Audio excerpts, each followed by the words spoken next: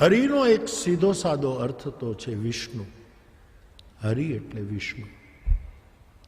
હરિ એટલે નારાયણ પણ હરિ એટલે. પરંતુ તુલસીના માનસના આધારે હું ને તમે આમાંથી થોડુંક વિશેષ માર્ગદર્શન પ્રાપ્ત કરવાનો પ્રમાણિક પ્રયાસ કરીએ તો હરિની સાથે જોડાયેલા ઘણા શબ્દો આપણા માર્ગદર્શક બની શકે.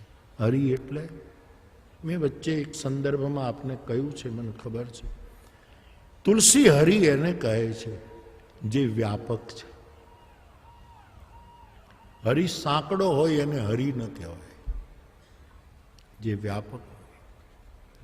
અને તેથી સૌરાષ્ટ્રમાં કોઈને ત્યાં તમે ભોજન કરવા જાઓ અથવા તો કોઈ બોલાવે ને, ખાસ કરીને અન્ન ક્ષેત્રોમાં, તો ભોજન કરવાની વાતને હરિહર કહે છે.